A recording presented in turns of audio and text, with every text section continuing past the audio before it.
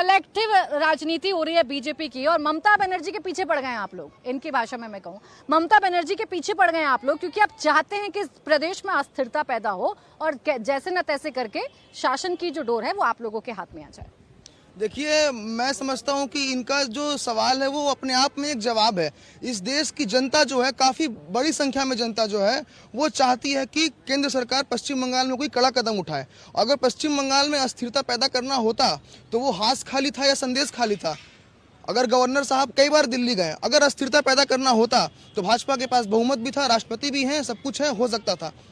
अस्थिरता पैदा करना या स्थिरता पैदा करना है, ये आप तय नहीं करेंगे, हम तय नहीं करेंगे, ये तय करेगा इस देश का संविधान, और देश संविधान से चल रहा है। ये इस डिबेट शो में तय नहीं हो जाएगा, कोई पॉलिटिकल पार्टी के प्रवक्ता तय नहीं कर देंगे कौन अस्थिरता तय कर रहा है। हम तो केवल जस्टिस की बात कर रहे हैं। 2023 में जब भारतीय जनता पार्टी के डॉक्टर सेल के डॉक्टर शरदत्त मुखोपाध्याय ने प्रेस कॉन्फ्रेंस करके बोला कि आरजी कर में एडमिनिस्ट्रेटिव टेररिज्म चल रही है, उस समय उनकी बातों को तवज्जो क्यों नहीं दी गई?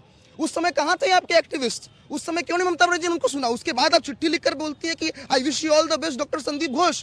जब हम लोगों ने गवर्नर के पास चिट्ठी भेजी तब क्यों नहीं आपने जांच किया? मैं कहता हूं कि जिस दिन ये घटना हुई उसके बाद आपने किसी भी अफसर को अकाउंटेबल क्यों नहीं ठहराया? आप हाथरस की बात कर लीजिए, आप मणिपुर की बात कर लीजिए, आप सबकी बात कर लीजिए, लेकिन हर घटनाओं में अफसर को अकाउंटेबल ठहराया गया है। हर घटना में अफसर्स को निलंबित किया गया है। हर घटना में एक ट्रांसपेरेंट व्यवस्था के तहत काम हुआ है। मैं पश्चिम बंगाल में वापस आकर ये कहना चाहता हूं कि आज पश्चिम बंगाल में जो केस सीबीआई के पास में है, वो हम चाहें या ना चाहें, हम प्रोटेस्ट करें या ना करें, बीएनएस के प्रावधान के तहत 60 दिन के अंदर में फाइनल इन्वेस्टिगेशन रिपोर्ट सबमिट हो जाएगी। इसका प्रावधान वर्तमान की केंद्र सरकार ने किया, इसके पहले किसी से नहीं किया।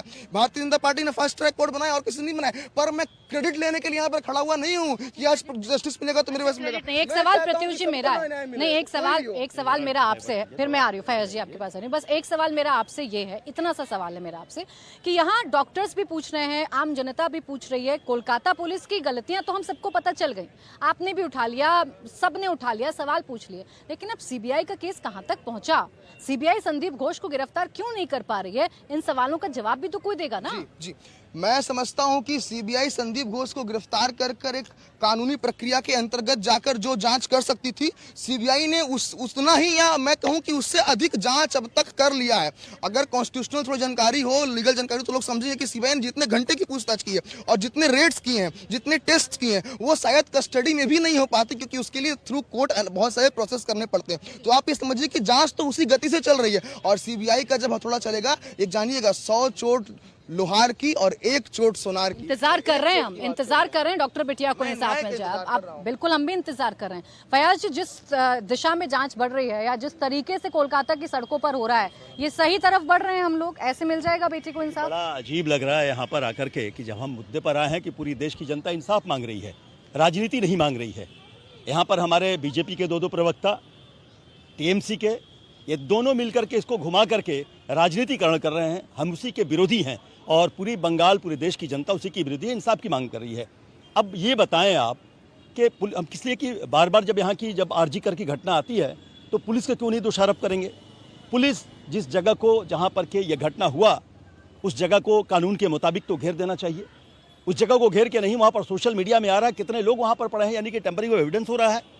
दूसरी बात ये हो रही है कि किस तरीके से चीफ मिनिस्टर बचाने की कोशिश कर रहे हैं उस प्रिंसिपल को, एक्स प्रिंसिपल को, कि फौरन उसको Chittaranjan national medical college and hospital में ट्रांसफर हो जाता है और इनके मंत्री और एमएलए ले जाते हैं उनको वहाँ पर जो है ज्वाइन करवाने के लिए। ये तो वहाँ के जूनियर डॉक्टर्स हैं, उनको ज्वाइन नहीं करने देते हैं। ये जब इतने चीख पुकार हो रही है तो उसके बाद उनको जब हाई कोर्ट ने जब कहा उसके खिलाफ एक्शन, तब उन्हें जो है दिया गया, हटाया गया। लेकिन ये बचाने की कोशिश क्यों की जा रही है? सवाल ये नहीं है, क्योंकि अगर भाजपा भी कहती है ना पूरे देश के अंदर में क्या क्या हुई है, हम नहीं जा रहे उस जगह पर। बहुत सारे सवालात हैं, मणिपुर को लेके बहुत सवाल है, मोदी जी नहीं पहुंच पाए, तो वो सवाल में हम नहीं जाएंगे अभी, चूंकि आरजीकर हमारे पास मुद्दा है, हम आरजीकर को लेकर कर रहे हैं। और रही बात हमारे बीजेपी के प्रवक्ता कह रहे हैं सीबीआई के बारे में, तो सीबीआई का ट्रैक रिकॉर्ड बहुत अच्छा नहीं है, ये जान लीजिए।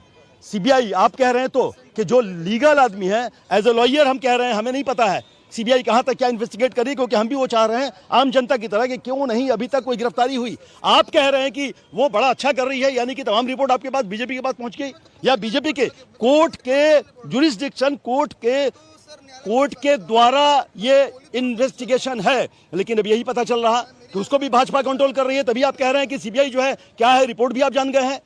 देश की जनता जानना चाहती है कि सीबीआई क्या कर रही है। उस लड़की को इंसाफ मिलेगा कि नहीं? माँ बाप, गरीब माँ बाप देख रहे हैं, वो इंतजार कर रहे हैं उस बेटी के इंसाफ के लिए। वो बेटी सिर्फ उनकी बेटी नहीं है, आज पूरे देश की बेटी हो गई है। बलात्कार तो उसके बाद हुआ ही है, उत्तराखंड में हुआ है एक नर्स का।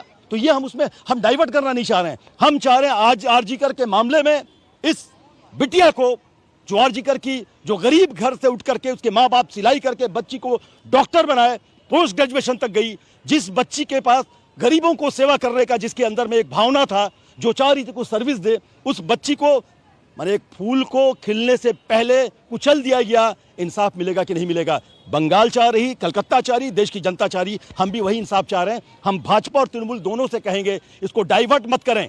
बचाने की बात नहीं है, छुपाने की बात नहीं है, एक दूसरे पर आरोप लगाने की बात नहीं है।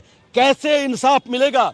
अभी भी मुख्यमंत्री को चाहिए कि उनके प्रशासन के, जो पुलिस के मेन हैं, या बड़ा दुर्भाग्य है कि डीसी सेंटर, वो महिला है, बयान दे रही हैं, चादर लेकर के भी बात हो गया, नीला चादर, लाल चादर, हरा चादर। कितना एविडेंस छुपाया जा रहा है, एविडेंस को, सबूत को मिटाया जा रहा है। तभी तो दूसरे दिन तोड़फोड़ शुरू कर दिया गया। एक घटना हुआ है, वहां तोड़फोड़ शुरू, उसके अंदर जवाब लोग हमला कर रहे हैं। कौन लोग कर रहे हैं? ठीक है।